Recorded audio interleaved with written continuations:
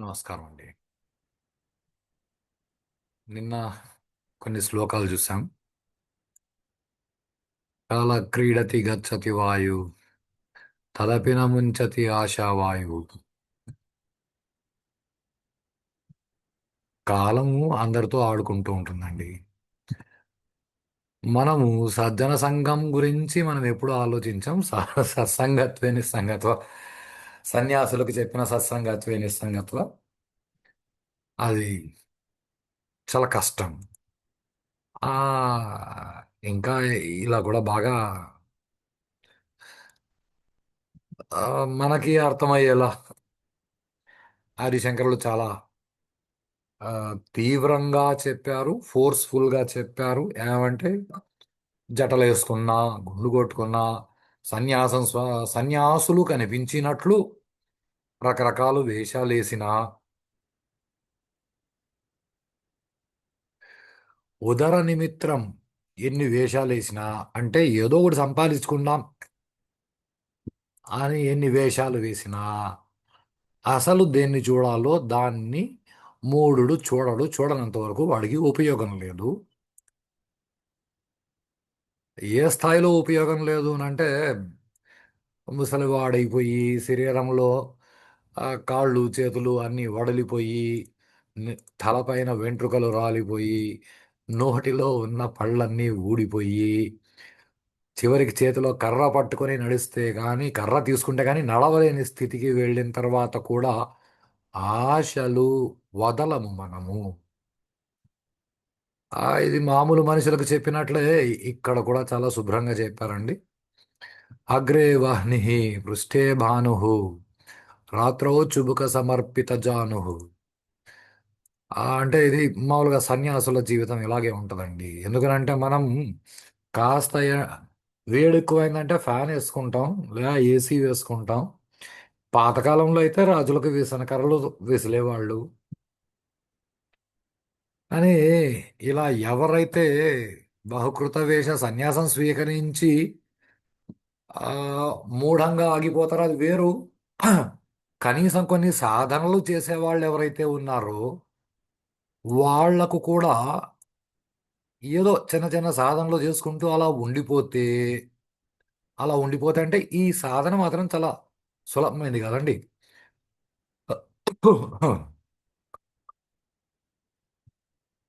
ఎందుకంటే సాధన చేసేటప్పుడు చాలా చాలా కష్టంగా ఉంటుంది. మనం గురువుని ఆశ్రయించి సాధన చేయడం అంటే ఆర్మీ ట్రైనింగ్, కమాండో ట్రైనింగ్ అవన్నీ దాని ముందర పనికిరావండి, అలా ఉంటాయి. వెనక ఆ తెల్లవారి సూర్యోదయ సమయంలో ఏదో అగ్నికార్యం మొదలు పెట్టినారనుకోండి. పృష్ఠే అంటే వెనక భాగం. అంటే ఇలాంటి ఏదైనా ఒక యజ్ఞము యాగము లాంటిది తను చేయడం మొదలు పెడితే సూర్యుడు వెనక్కి వచ్చే వరకు చేస్తూనే ఉంటాడు. సూర్యుడు వెనక్కి వచ్చేంత వరకు చేస్తూనే ఉంటే ఎలా ఉంటుందని అంటే వెనకాల నుంచి వీపులో సూర్యుడి వేడిమి చిమచిమలాడుతుంటుంది. ముందర తాను చేస్తున్న అగ్నిహోత్రం యొక్క సెగ కొడుతూ ఉంటుంది. సన్యాస సాధన చేసే వాళ్ళకి ఇలాగే ఉంటుందండి. ఏ, ఆ, ఒక రకంగా చెప్పాలి అంటే సన్యాసములో అగ్ని కార్యము లేదు. కానీ చాలామంది బహుకృత వేష మేము సన్యాసులని అగ్నికార్యం చేస్తూ ఉంటారు. ఇప్పుడు వాళ్ళ గురించి చెప్తున్నారు. సన్యాసిలాగా వేషం కట్టుకున్న వాళ్ళ గురించి చెప్తున్నారు. ఇప్పుడు సన్యాసులు అగ్నికార్యం వాళ్ళకి లేదండి. మన చంద్రశేఖరేంద్ర సరస్వతి మహాస్వామి వారు ఉన్నారు. వాళ్ళు లోక ఆ లోక సమస్త సుఖినో భవంతు అనడానికి వాళ్ళు ఏదైనా యజ్ఞము సంకల్పిస్తే వాళ్ళు చేయిస్తారు కానీ వాళ్ళు ధ్యానంలో ఉంటారు కానీ సన్యాసికి అగ్ని కార్యం లేదు. అవి అంటే ఇప్పుడు ఈ వేషాలు వేసే వాళ్ళు మాత్రం ఇలాంటివి చేస్తూ ఉంటారు. అంటే వాళ్లకు ఉదర నిమిత్తమేనా అంటే ఉదర నిమిత్తం అంటే ఆ, సంస్కృతం రానప్పుడు తల వెంట్రుక నుంచి కాలి గోరి వరకు కూడా అంత ఉదరమే. అన్నిటితోనూ మనం స్వీకరించడం మొదలు పెడతామండి. సరే ఎనీహౌ వాళ్ళకి ఎలా ఉంటుంది అంటే ఈ సన్యాసులకే కాదు, ఈవెన్ గృహస్థులు కూడా ఇంట్లో చేస్తూ ఉంటారు అగ్నికార్యం. ఓ, గృహస్థులు ఇప్పుడు అగ్నికార్యం ఇంట్లో ఎవరు చేస్తున్నారండి? ఏదో ఎవరో వచ్చి భయపెట్టి మీరు ఇలా చేస్తే మీకు బాగుంటుంది అంటే ఇలా చేయడం మొదలు పెడతామే తప్ప లోకా సమస్త సుఖినో భవంతు అని ఇంట్లో అగ్ని కార్యం చేసేవాళ్ళు తక్కువ అయిపోయినారండి. ఎవరైనా చేస్తుంటే చూసి నవ్వే వాళ్ళు ఎక్కువ అయినారండి. అంటే కొద్ది రోజులు అగ్నిహోత్రం చేయమన్నారు మా గురువు గారు, చేస్తున్నప్పుడు ఇవన్నీ ఇప్పుడు అవసరమా? అసలు అగ్ని కార్యం పక్కకు పెట్టండి. భగవద్గీత చేతిలో పుస్తకం చూసి అప్పుడే నీకు వయసు అయిపోయిందా, ఇప్పటి నుంచి ఇవన్నీ ఎందుకు అని అడిగిన వాళ్ళే దండిగా ఉన్నారండి. ఓ, భగవద్గీత చదువుతున్నావా, దాన్ని సాధనలోకి తెచ్చుకో, బాగుపడు. వందలో ఒక్కరు కూడా లేరండి ఇలా అన్నవాళ్ళు. సరే, ఎనీ హౌ, రాత్రి పడుకునే సమయానికి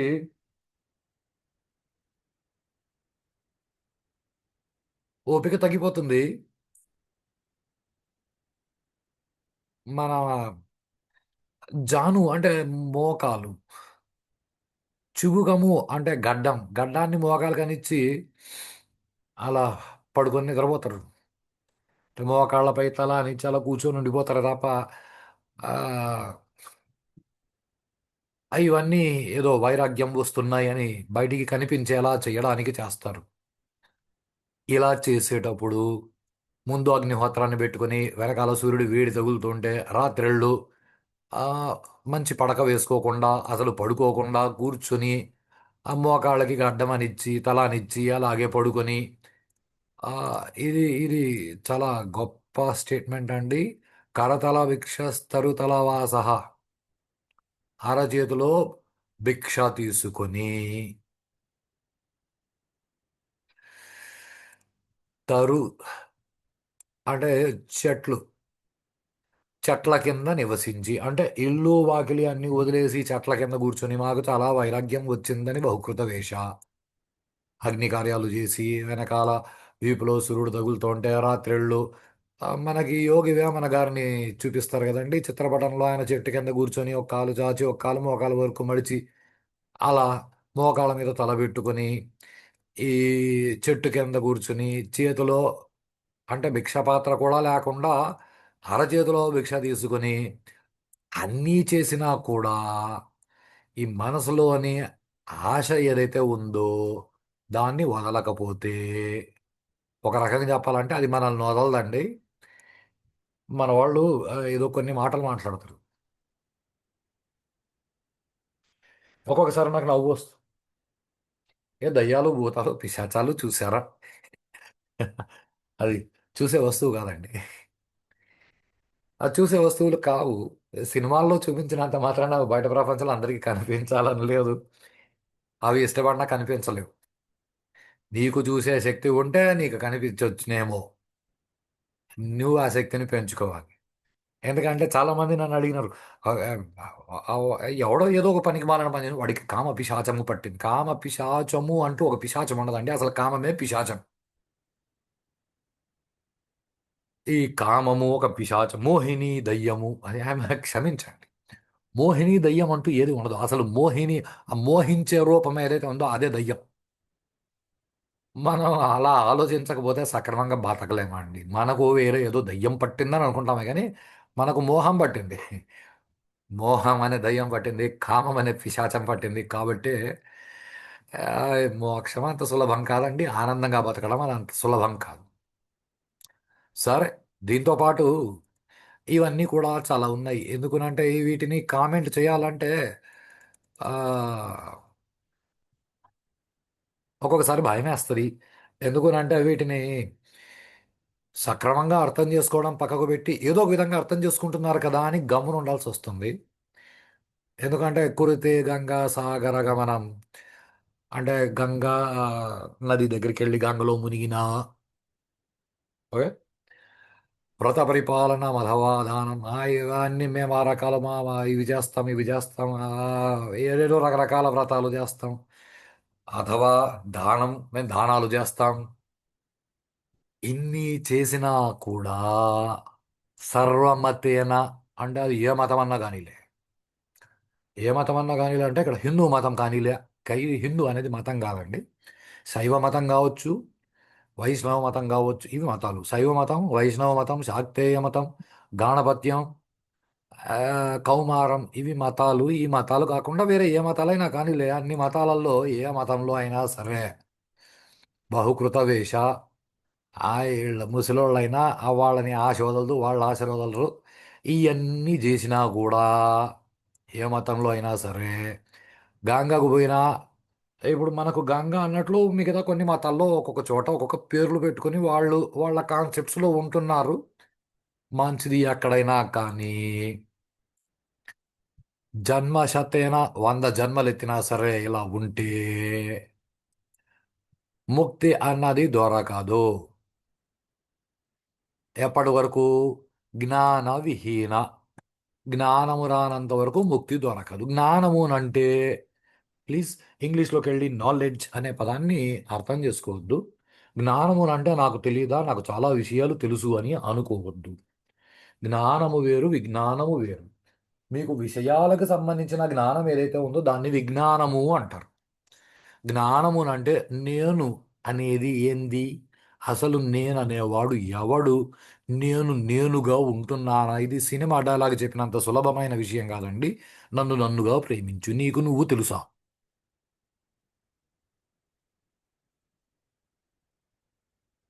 నీకు నువ్వు తెలుసా? నిన్ను నువ్వుగా నువ్వే ప్రేమించుకోవట్లేదు. నిన్ను నువ్వుగా బయట వాళ్ళు నిన్ను ఎలా ప్రేమిస్తారు? ఇవన్నీ ఇది మోర్ ఎవర్. ప్రేమ అన్న పదానికి అర్థం వేరండి. ఇది కాదు ప్రేమ అంటే. ప్రేమ అంటే షార్ట్ కట్లో చిన్నగా చెప్పుకోవాలి అంటే తల్లికి బిడ్డల పైన ఉన్నది ప్రేమ. లాంగ్ కట్లో చెప్పాలి అంటే సన్యాసులకి లోకం పట్ల ఉన్నది ప్రేమ. మధ్యలో మనకు వచ్చేది కామము, మోహము, ఆశ. అంతేగాని ఇది ప్రేమ. ప్రేమ అంటే నువ్వు అందరినీ సమానంగా చూడగలగడం, అందరి కోసం నువ్వు పని చేయగలగడం, మూర్ఖుడి కోసం పనిచేయడం, మూఢుడి కోసం పనిచేయడం, జ్ఞానం ఉన్నవాడి కోసం పనిచేయడం, సాధన ప్రతి ఒక్కరిని నేను అనే వస్తువుగా చూడగలిగితే దానిని ప్రేమ అని అంటారు. అది ప్రేమ అన్నది ఎవరికి ఉంటుందంటే జ్ఞానులకు ఉంటుంది, కానీ అందరికీ ఉండదండి. మనకి సినిమాల్లో హీరో హీరోయిన్ల మధ్య చూపించేది అది కామం, అది ప్రేమ కాదు. మీరు దయచేసి ఇలాంటి ప్రేమ అన్న పదాన్ని మీరు ఎవరు ఇలాంటి విషయాలకు వాడొద్దు. ప్రేమ అంటే అంత పెద్దగా మాకు అర్థం కాలేదు సార్. ఆదిశంకర భగవత్పాదాచార్యులకి లోకంలో అందరి పట్ల ఉన్నది ప్రేమ. ఆ, రాధాకృష్ణుల్లో రాధమ్మది ప్రేమ. రాధమ్మ అంటే ఏదో కృష్ణుడి వెనకాల తిరిగిన అమ్మాయి కాదు. అసలు లలితా సహస్రనామం తీసుకుంటే లలితా సహస్రనామంలో ఆ, లక్ష్మి పేరుందండి, సరస్వతి పేరుంది. ఇలా కాకుండా ఇంకా చాలా మంది పేరుంది. వారాహి అమ్మవారి పేరుంది. ఆ చివరికి వామాచార పద్ధతిలో పూజ చేసే ఆ అమ్మవార్ల పేర్లు అన్నీ కూడా ఉన్నాయి. మరి రాధాదేవి పేరు లేదే అని చాలా మందికి సందేహం రావచ్చు. బాగా లలితా సహస్రం సాధన చేస్తున్న వాళ్ళని, లేదా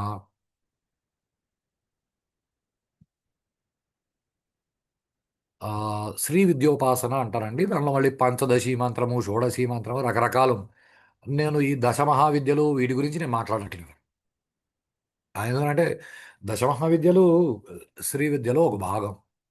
అది మొదటి విషయం.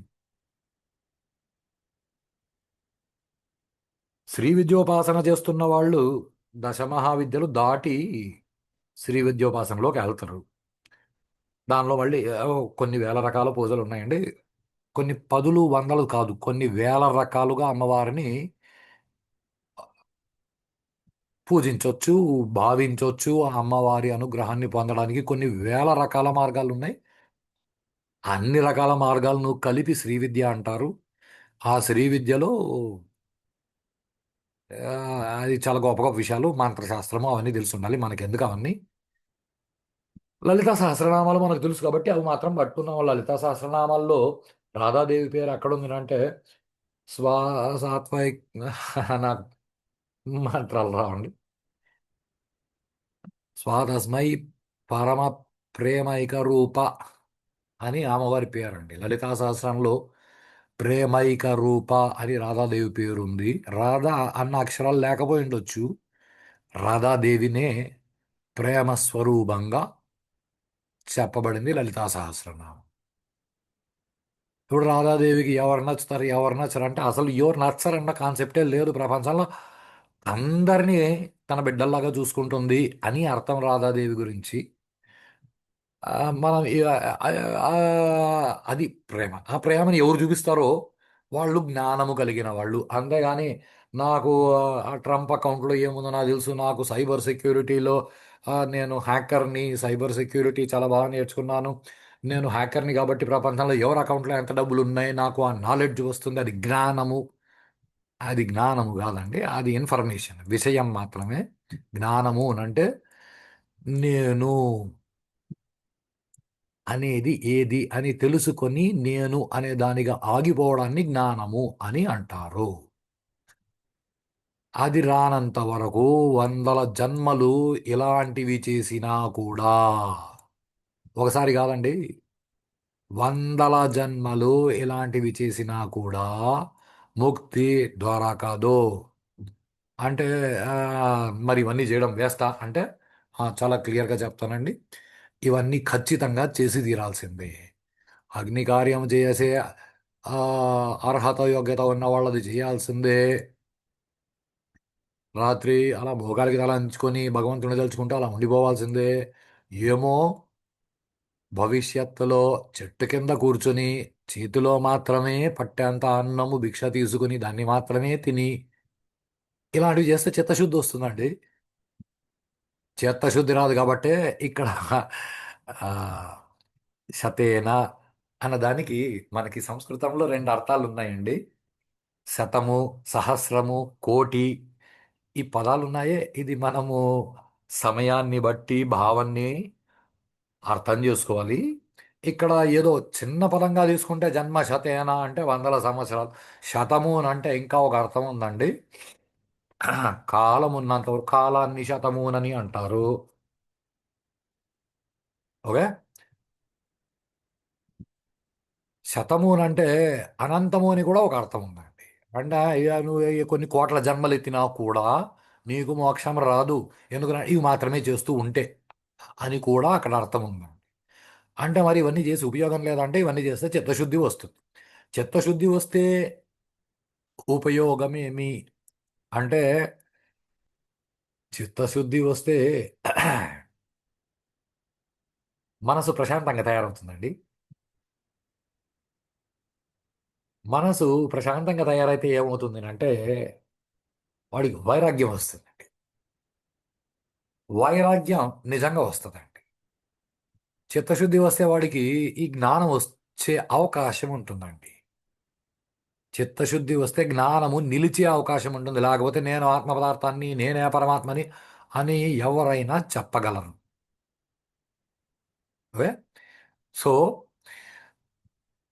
దాంతోపాటు సురమందిర తరు మూల నివాస శయ్యాభూతల మజినం వాస అంటే ఊరికే చెట్టు కింద అని ఇక్కడ చెట్టు కింద కూర్చొని భిక్షెత్తడమే కాదు, గుడి ముందర చెట్టు కింద అక్కడే నివసించడం మొదలుపెట్టి నేలపైనే పడుకొని కృష్ణాజినం కట్టుకొని, అంటే ఏదో జింక చర్మము అంటే బట్టలు కట్టుకోవడం పూర్తిగా ఆపేసి. ఓకే. ఇది ఏ, దీన్ని చాలా రకరకాలుగా అర్థం చేసుకోవాలండి. సర్వ పరిగ్రహ భోగత్యాగ, ఇది బహుకృత వేష. ఇక్కడ వేషం వేశాడు దేనికి? ఉదర నిమిత్తం. ఇక్కడ ఉదర నిమిత్తం కాదండి. ఇక్కడ సర్వ పరిగ్రహ భోగత్యాగ అంటే అన్ని రకాల భోగాలను పూర్తిగా వదిలేసేయడం. ఇది చాలా గొప్ప స్టేట్మెంట్ అండి. ఏదో గుడి కింద, గుడి ముందర చెట్టు కింద కూర్చొని అన్న ఇలాంటి వాళ్ళని మీరు న్యూస్లో చాలా మందిని చూసుంటారండి. ఎందుకంటే పాపం గుడి ముందర కూర్చొని భిక్షాటన చేస్తూ ఆ గుడికి వచ్చిపోయే భక్తులు వేసే చిల్లర డబ్బులు అన్నీ ఎత్తిపెట్టి ఆ గుడికే 2 లక్షలు డొనేట్ చేసిన బిచ్చగత్తె లేదా బిచ్చగాడు. ఆ వాళ్ళకి పుణ్యం వస్తుందా రాదా?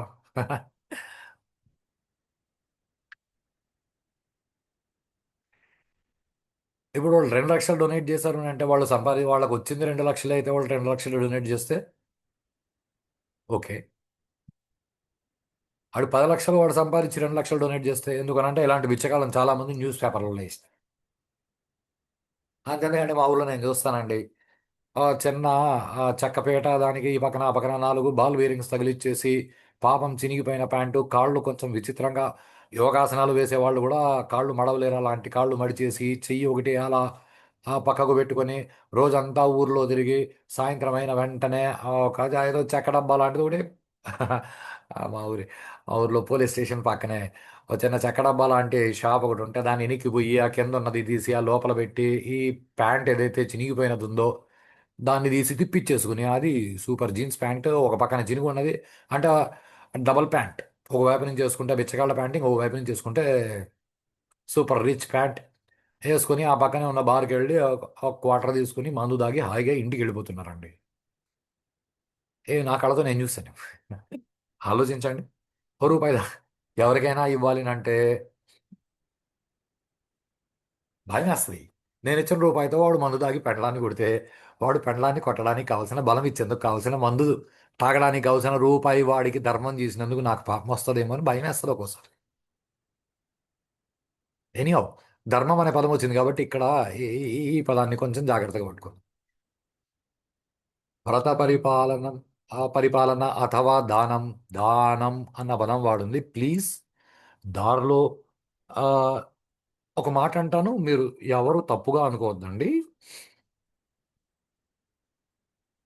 మనకంటే బిచ్చగాళ్ళు బెటర్ అండి. వాళ్ళకి కొంచెం తెలుగొచ్చు.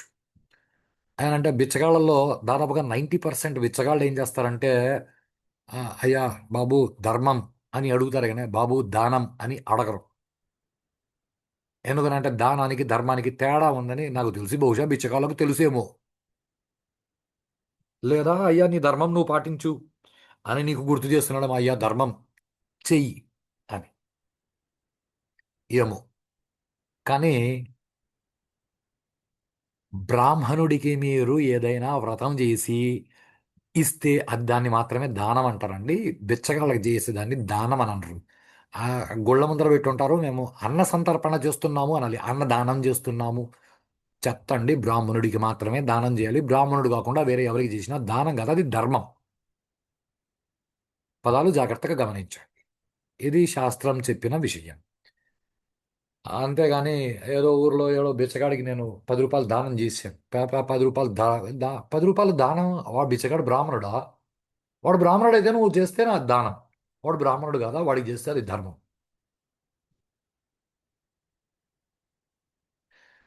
అంతేగాని ఎవడో ఉడికి ఏదో మేము ఆ, ఆ, టీ ఇప్పించినాము వాడికి భోజనం పెట్టించి అన్నదానం చేసి అయిన తప్పుడు పదాలండి. అది మన సంస్కృతి మన సంస్కారము మనం అర్థం చేసుకోవాల్సిన విషయాలని అర్థం చేసుకోనీయకుండా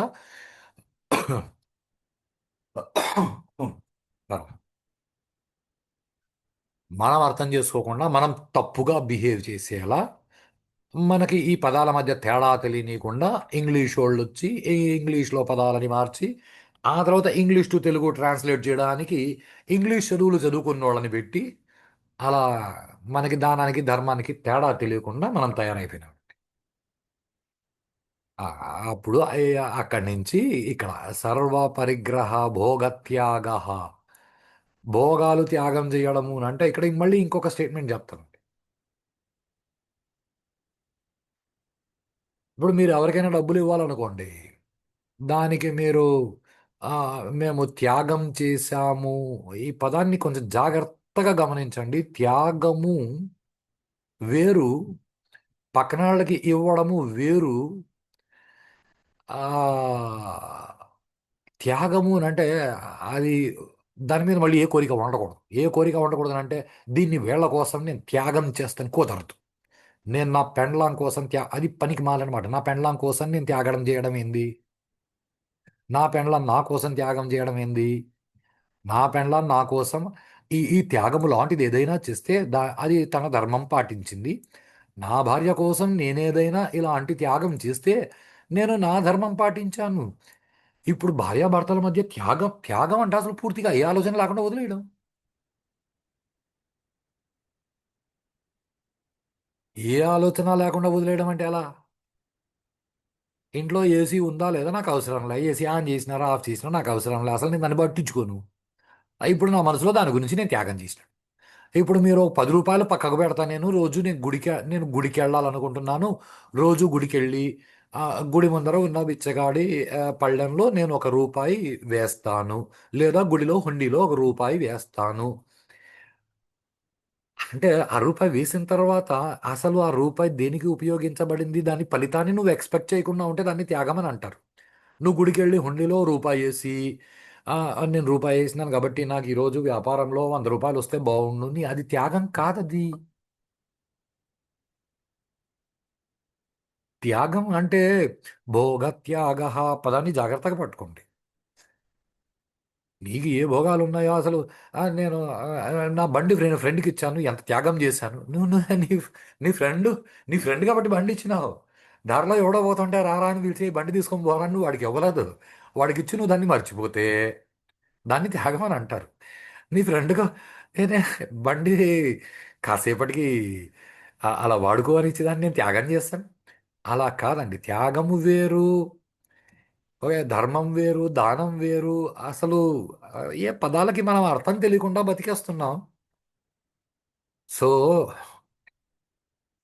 అలా గుడి ముందర కూర్చుని, చెట్టు కింద కూర్చుని, ఆ కృష్ణార్జునం కట్టుకొని, అంటే అసలు బట్టల గురించి ధ్యాస లేకుండా భూమి మీద పడుకొని, ఈ భూమి మీద పడుకొని ఇది చాలా గొప్ప స్టేట్మెంట్. ఎందుకనంటే ఇక్కడ మోకాల మీద తలబెట్టుకొని అన్నారు. మోకాల మీద తలబెట్టుకున్నాడు అంటే వాడు ఏదో బాధలో ఉన్నాడని అర్థం. బాధలో లేనివాడు మోకాల మీద తలబెట్టుకోడు, హాయిగా నేల మీద పడుకుంటాడు. హాయిగా నేల మీద ఎలా పడుకుంటాడు అంటే శ్రీరామచంద్రమూర్తి గుహుణ్ణి కలిసినప్పుడు నేల మీద పడుకొని తన తల కింద చెయ్యి పెట్టుకొని హాయిగా పడుకున్నాడు, నిద్రపోయినాడు హాయిగా. ఆ హాయి రావాలంటే ఏం చేయాలి? సో నువ్వు అన్నిటినీ వదిలేసి భోగాలన్నీ త్యాగం చేసి, ఇది చాలా కష్టంగా ఉంటుంది. కస్య సుఖం న కరోతి, ఈ వైరాగ్యం రావాలంటే చాలా కష్టంగా ఉంటుంది. ఆ కష్టాన్ని అలా అనుభవిస్తూ ఉంటే వాడికి చిత్తశుద్ధి బాగా కలిగి వాడి జీవితం ఎలా ఉంటుంది అంటే యోగరతో వా భోగరతో వా సంగరతో వా సంగ విహీన యస్య బ్రహ్మణి రమతే చిత్తం నందతి నందతి నందత్యేవ. ఇది నాకు తెలిసి ఇది మాత్రం నేను బాగా ఉచ్చరించగలిగానండి. ఎందుకనంటే చాగంటి కోటేశ్వరరావు గారు ఇది చాలాసార్లు చెప్తారు. ఆయన ఇది చెప్పినప్పుడంతా నాకేమనిపిస్తుందనంటే ఏ, చంద్రశేఖర భారతీ స్వామి లేదా చంద్రశేఖరేంద్ర సరస్వతి స్వామి, ఆ, వాళ్ళందరూ గుర్తొస్తారండి. రామకృష్ణ పరమహంస గారు. ఎందుకునంటే వీళ్ళందరినీ పక్కకు పెట్టండి, వీళ్ళందరూ సన్యాసులు కదండి. జనక మహర్షి జానకిదేవి తండ్రి. రామాయణం చదివిన వాళ్ళకి తెలుస్తుందండి ఆయన ఎలాంటి వాడు. రామాయణం చదివిన తర్వాత అష్టావక్ర గీత రామాయణంలో రాదండి. అష్టావక్ర గీత ఎందుకునంటే రామాయణం ఆ, పురాణ సంప్రదాయంలో రాలేదు. పురాణ సంప్రదాయంలో రాసిన వాటిలోనే గీతలు ఉంటాయి. శ్రీరామ గీత, సీత గీత, హనుమద్గీత, ఆ, ఆ, అష్టావక్ర గీత, ఇవన్నీ రామాయణంలో రావు. అవి వేరుగానే వాటిని లిఖిస్తారు, వాటిని చెప్తారు. ఎందుకంటే రామాయణం కావ్య సాంప్రదాయంలో రాయబడింది కాబట్టి. అన్ని రామాయణంలో లేవు కాబట్టి మళ్ళీ ఎవరో కల్పించినారు ఇలాంటి పిచ్చి ఆలోచనలు లేకుండా. వాడు యోగముతో ఉన్నా, వాడు భోగముతో ఉన్నా, ఇది జాగ్రత్తగా ఈ పదాలు వినేయండి మొదట. వాడు జనసంఘములో ఉన్నా లేదా సంఘవిహీన అంటే అసలు ఎవరు లేకుండా ఒంటరిగా ఉన్నా యస్య బ్రహ్మణి రమతే చిత్తం ఎవడి మనసైతే భోగత్యాగ చేసి ఎవడి మనసైతే రమతే బ్రహ్మణి పరబ్రహ్మమునందు అంటే నేను అనే వస్తువుగా మాత్రమే వాడి మనసు ఆగింది. వాడి మనసులో నేను ఆ, లెక్చరర్ని, నేను స్టూడెంట్ని, నేను భర్తని, నేను భార్యని, నేను కొడుకుని, నేను గొప్పవాణ్ణి, నేను ధనవంతుణ్ణి, ఇవన్నీ ఏం లేవు. నేను తప్ప ఇంకేమీ లేదు అనేలా వాడి మనసు మారిపోతే నందతి నందతి నందత్యేవా వాడు ప్రపంచంలో నిజంగా ఆనందిస్తాడు, ఆనందిస్తాడు, ఆనందిస్తాడని మూడు సార్లు చెప్పినారు. నందత్యేవ అంటే నిజంగా ఆలోచిస్తాడు అని కూడా చెప్పినారు. ఎందుకంటే శాస్త్రంలో ఎప్పుడు ఏ విషయాన్ని మూడు సార్లు చెప్పరు. మూడు సార్లు చెప్పినారంటే ఏదైనా ఒకసారి చెప్పాలి, రెండు సార్లు కూడా చెప్పకూడదు. ఏదైనా ఇది ఇంతే ఫిక్స్డ్, ఇది సత్యం అని చెప్పాలంటే దాన్ని మూడు సార్లు చెప్తారు. అలా ఇది ఆనందం అండి, ఇది సంతోషం కాదు. అసలు ఆనందం, ఆనందం ఆ పక్కకు పెట్టి నందం, నందం అంటే సంతోషం అండి.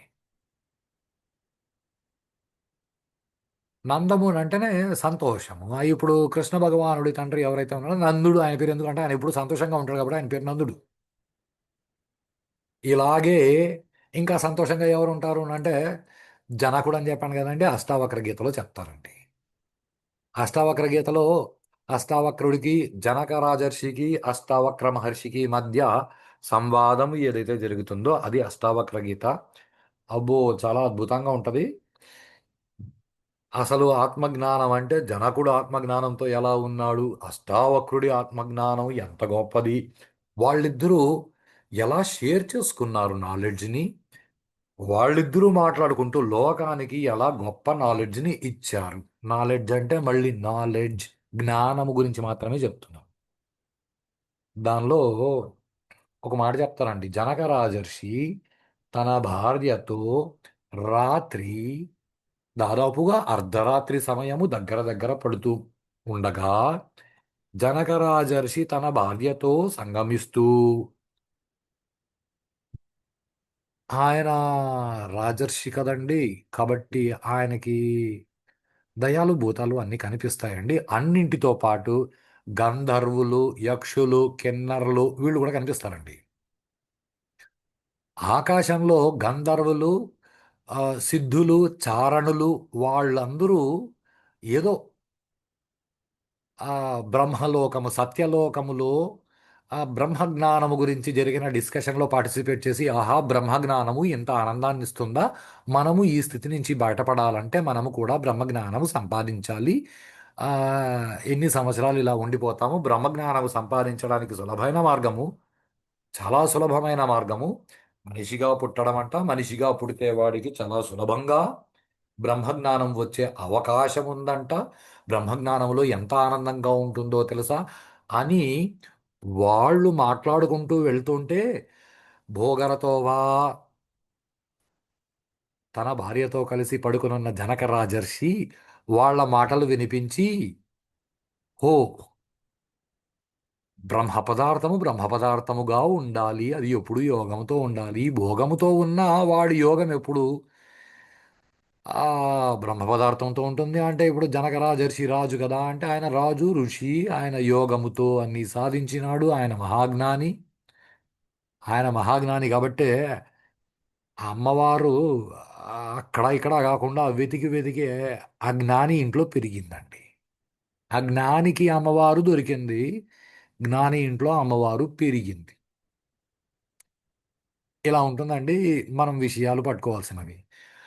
అలా జ్ఞానముతో ఉండగలిగిన వాడు అంటే ఇప్పుడు మరి ఆ, సర్వపరిగ్రహ భోగత్యాగ అంటే నువ్వు రాజ్యాన్ని వదిలి అని జనకుడికి ఎవరు చెప్పలేదండి. జనకుడు సంఘంతో ఉన్నాడు. జాగ్రత్తగా వినండి. ఈ వైరాగ్యము సాధన చెయ్యంగా దానిలో ఏ సుఖము ఉండదు. వా సుఖం లేకపోయినా దాన్ని సాధన చేస్తుంటే వాడి మనసు రమతే చిత్తం యస్య బ్రహ్మణి జరగడం మొదలైతే వాడు నందతి నందతి నందత్యేవ, ఎప్పుడు అంటే యోగంతో నందతి, భోగములో నందతి, సంగములో నంగతి, స స నందతి అని అంటే జనకుడు సభలో కూర్చొని తన రాజకార్యాలన్నీ చేస్తుండేవాడు. ఎవ్వరు లేకుండా ఒంటరిగా ఉన్నా ఆయన నందతి, అలా బతకండయ్యా అందరూ, నేను అనే పదార్థంగా మారండి అని ఆదిశంకర భగవత్పాదాచార్యులు ఆ బ్రాహ్మణుడు ఎవరైతే డ్రుక్కున్ చేశాడో ఆ బ్రాహ్మణుని అడ్డం పెట్టుకుని మనందరికీ చెప్తున్నారండి. అలా మరి అంత నందత్యేవ కావాలినంటే ఇది మాత్రమే సరిపోతుందా అంటే లేదు, ఇంకా చాలా దారులు ఉన్నాయి, అవన్నీ చూస్తాం అని ఆ కింద చెప్తూ వచ్చారు. ఈ విషయాలని మళ్ళీ ఆ, వచ్చే వీడియోలో చూస్తామండి. అంతవరకు సెలవు.